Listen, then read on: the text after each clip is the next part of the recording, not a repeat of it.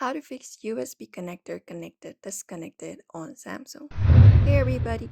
If you guys are having that issue on your Samsung device, you may follow up this method in order to fix it. So you can head over to devices settings for that and open up your settings. And from there, go over to the about phone section and basically turn on the developer options. And once developer options opens up, tap on it in order to open it up.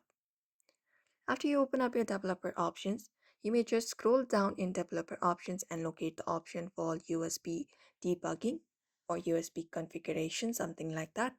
And once you find it up, you can basically find it up first. And once you find it up, you can choose charging as the default USB configuration. So just go ahead and do so. And debug mode when USB is connected, just go ahead and turn this option as well. And once that is done, you can restart your phone after making these changes, and that should probably help you out and see if that works.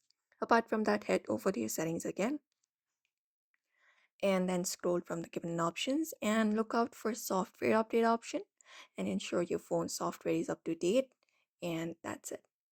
Apart from that, you can just try factory resetting if nothing else works. At last resort, you can try it out. You can look out for factory data reset. That will erase all of the data, so ensure you have backup before doing so. And that should also probably help you fix USB connector disconnection problem on your device. Apart from that, you can check for hardware issues if none of the solutions work, because that might be a hardware issue with a charging port or the phone's internal circuitry, and that's it. So therefore, you may follow up this method if you would like to fix USB connector connected disconnected.